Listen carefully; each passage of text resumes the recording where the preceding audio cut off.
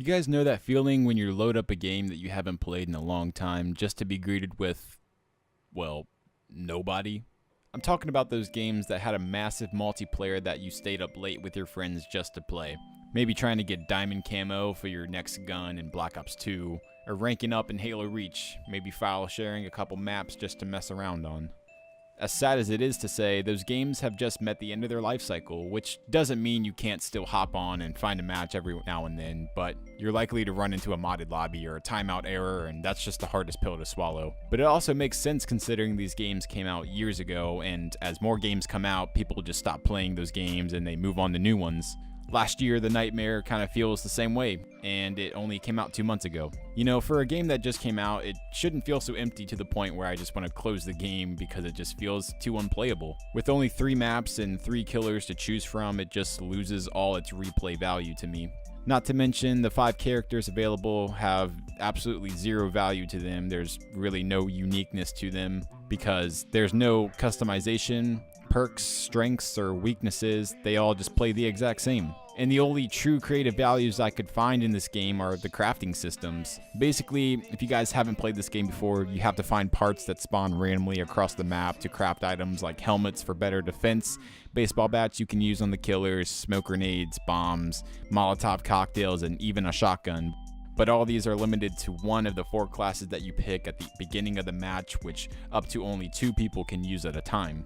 But I'm not here to review the game or discuss how the game works. I just want to point out some of the faults that I've seen and that just make it unfun to play. The most obvious reasons as to why this game is between a rock and a hard place right now is because of the Discord exclusivity. So I don't know about you guys, but for the time that I've had a Discord account, I had no idea there was even a Discord store until I discovered it one day just to buy this game. So according to the FAQ page on the website for last year, the game has a contract with Discord for 90 days until the exclusivity ends, which means that the game won't even be eligible to be bought on a platform like Steam or Good Old Games until March 17th. And honestly, I don't blame them for doing this because there's no doubt in my mind that the Discord store paid Elastic Games, which are the developers for last year, for this exclusive deal, not only to promote the Discord store for people to buy games on, but due to the company being so small of about 21 employees, according to LinkedIn, this promotion surely did help the company fund and afford to pay their employees properly, which they most definitely deserve. Unfortunately, that deal has led to less people playing the game. Not to mention, because Elastic Games are private game devs, PC is the only current way to play the game, meaning not as many players will play the game as if it was released on consoles. In my mind, they won't likely sign with Sony or Microsoft anytime soon to get the game released on the Xbox and PlayStation, although the developers do say that the door for the game to be on consoles is always open. Getting back to the maps, I will say that each time you play on one of these maps, the spawns of the parts you need in order to escape change, adding some replay value to them, but it's still a deal breaker when it comes to the characters and killers. Take for example Friday the 13th, the game.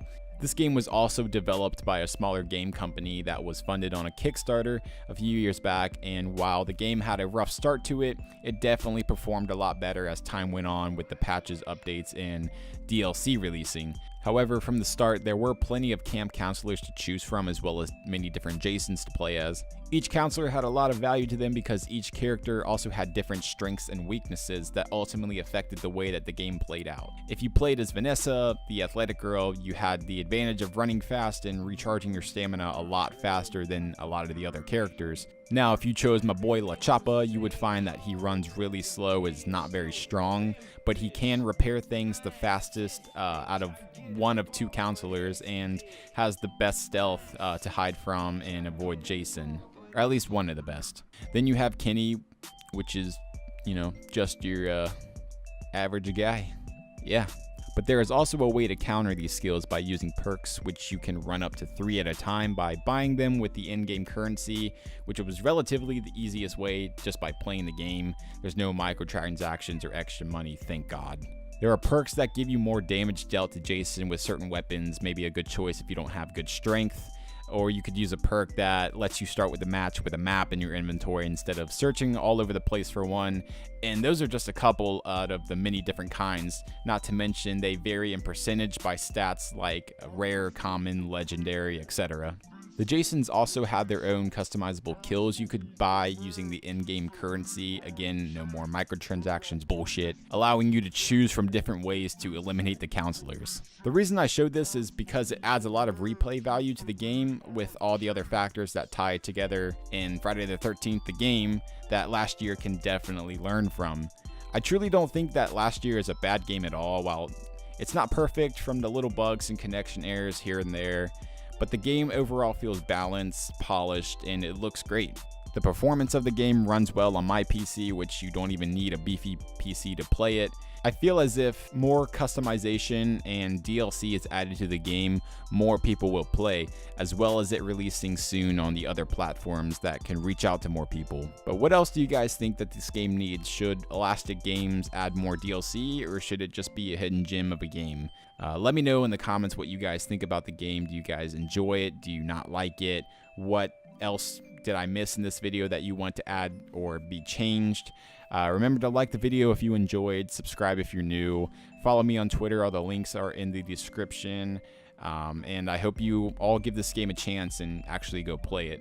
See you guys in the next video.